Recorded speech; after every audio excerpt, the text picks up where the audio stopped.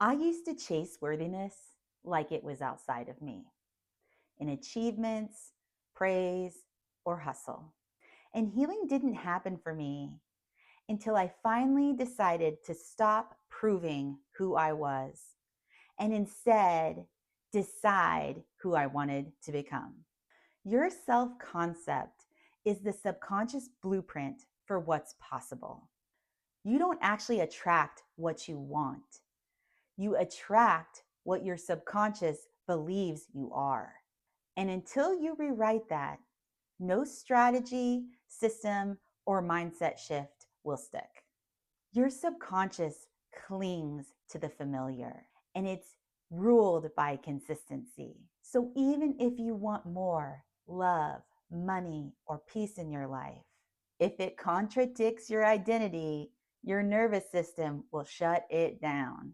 Some examples of these outdated identities would be aligning with and identifying as somebody who always has to fix other people's problems, thinking that you're not enough and constantly trying to be more, believing that you're the strong one and that it's not safe for you to fall apart because you're always everyone's rock, believing you're too much and that anytime you have a need or emotion, it's a burden to other people.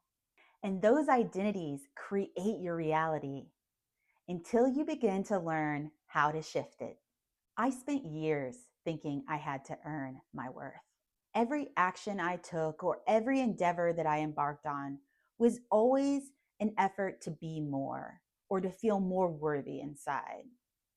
I was so desperate for the approval of other people and for people to really see my value that I went above and beyond in every aspect and I drove myself into the ground. I would work harder than anyone else. I would show up and be there for others no matter what, even if it meant that I had to put myself and my needs last. I would hustle. I would grind. I would stay up late at night making sure everything got done. I didn't want others to think that I wasn't measuring up. Unfortunately, this was reinforcing an identity of somebody who is never going to be enough. And so, no matter how much I tried to do more or be more, I never was able to achieve the level of acceptance or approval or validation that I was seeking.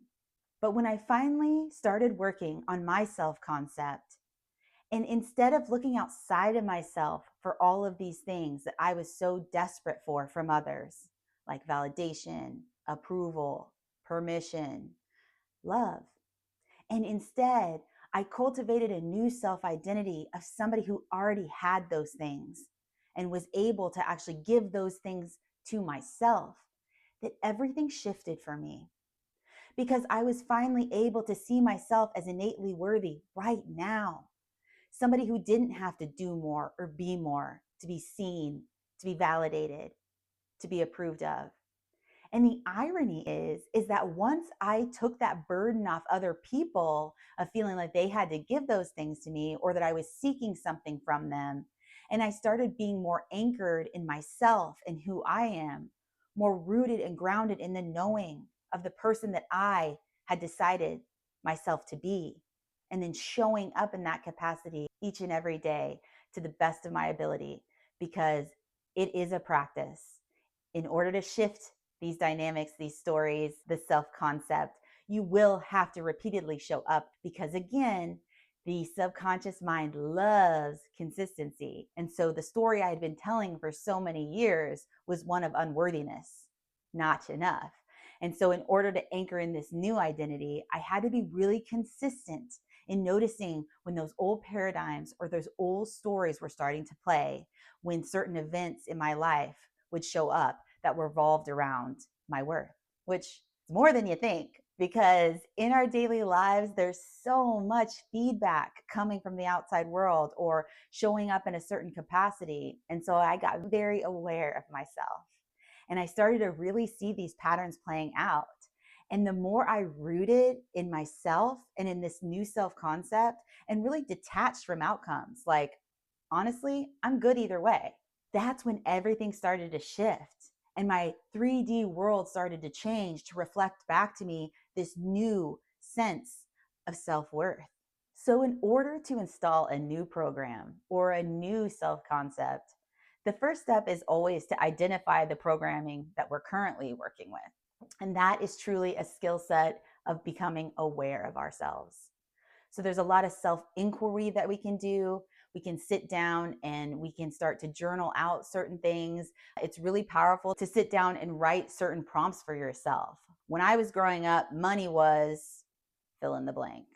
When I was growing up, I felt fill in the blank. Because a lot of these stories go back to core stories we have that were downloaded with us as children. So that can be something that can be very helpful. But even in present moment, the things that we believe and the things we subscribe to, the things that we hold as truths, the things we're so attached to, are the things that most often are holding us back because that's our belief system. And so we just have to become very aware of what the current story that we're telling is.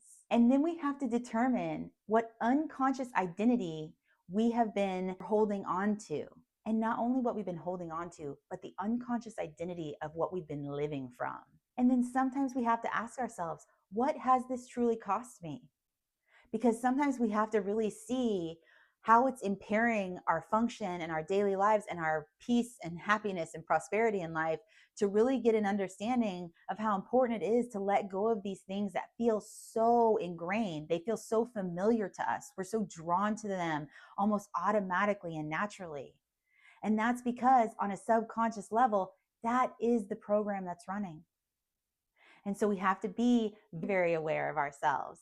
And really, that's the skill set so many of us avoid, because it's easier to just be oblivious or to be on autopilot every day, because it's easy just to move through the world without having to really think very much, because our brains are set up to conserve energy and to keep us safe. And so it will just continue to run on these old patterns and programmings again and again and again, unless we interrupt the pattern. We take a step back and we start to really see ourselves, who we believe ourselves to be, and how we're showing up in the world, the values we're living from, the beliefs we're living from day in and day out. The next thing we want to do is take inventory of these beliefs that we uncover, because it's really important to write these things down and really start keeping track, because you're going to really start to see patterns showing up in your life, because we're such habituated creatures that it's actually interesting in various different aspects or areas of our lives. We're going to start to see these certain stories or patterns repeating, and that's really going to give us valuable feedback. And we always come at this not from a place of judgment or criticism. We really have to meet ourselves with kindness and curiosity, because we're wanting to shift, but we can't do it in a restrictive or resistant energy. We have to allow ourselves to see ourselves as we are, with love and compassion, and recognize that many of those beliefs and stories aren't actually even ours. We just didn't know before that we had a choice and that we could choose differently. So always be gentle with yourself and take as much time as you need. This inventory is an ongoing process that unfolds as we start to really do this inner work, because healing happens in layers a lot of times. So go as slow as you need, but just be consistent and just keep showing up. We're all going to have days where we feel more motivated or more present or more aware. And then there's going to be days where life happens and we get distracted, or our energy levels are low. And those are all things to be considered as well, because nervous system regulation is one of the key components in being able to do this work and making it long lasting. So we do have to make sure we're in a regulated state when we're trying to do this, because this is a lot of the mental energy where we're really working with our thought patterns, our beliefs. It's a lot of like cognitive work or analytical work we're doing. But the other piece of that is being rooted and present and grounded in our bodies. And so we have to have both of those aspects on board when we're really trying to make a significant change in our life. Because the ego is always going to want to keep us safe. It's always going to want to keep us in our box, or the box we've created that allows us to feel some level of safety. And so anytime we're bumping up against one of those upper limits or one of those kind of invisible boundaries, of course there's going to feel like there's resistance to it. And that's where the body work comes in. That's where we have to learn to find safety in our bodies so we can withstand that discomfort and be able to move beyond it to where these new thoughts, these new beliefs, these new emotions become our familiar or our set point. Another really important piece to this is to keep track of the times that you're actually able to show up in this new capacity. We want to keep track of those times as well, because that will also help give us really good feedback about where there might be resistance or where there might be secondary limiting beliefs that are showing up, or other barriers that we might be bumping up against that might be preventing us from fully stepping into this new identity. And I do want to pause here and say this does not have to be hard. Sometimes when we're talking about these step-by-step processes that, we can use or go through, it feels very complicated. But sometimes we just have to break it down because yes, you can shift something fairly instantaneously. But most of the time when we're doing that work, those are beliefs or wounds that aren't as deep, because sometimes the wounds that we have are so embedded and so deep, and there's so much emotion and trauma and shame layered on top of it, that it's going to feel a little bit more difficult to shift those aspects. And so sometimes it's a really good idea to start with things that feel a little bit lighter, if you will, or a little less activating, just to kind of build some momentum and some trust in self, and to feel like we're actually having improvement and we're getting some early wins so that we have that confidence to keep going. And please keep in mind that although we're talking about shifting certain things in our lives or changing identities, or sometimes the language of like leveling or a higher self or stepping into a higher level version of ourselves, it's not about fixing you. We really don't need to solve or fix anything. We're really just coming back into alignment with who we really are. And so it's helpful sometimes to think of it more as an ascension or an elevation that we're going through, where we're just rising up into a more empowered version, is what I would say. Because truly, you're just here to remember who you are at your core. Before all the years of programming and societal expectations, just the ideas and opinions of others have kind of pulled us away from the core of who we truly are. We get to decide who we are and who we want to be. And then we just have to show up every day to the best of our ability. So that could even be setting healthy boundaries, taking more time for rest, having better self-care practices, creating space for your nervous system to work on regulation tools. All of those things matter, because when we put ourselves at the center of our lives and really make sure we're listening to our body and meeting our own needs and calming our nervous system down and coming into a state of regulation, that is self-love.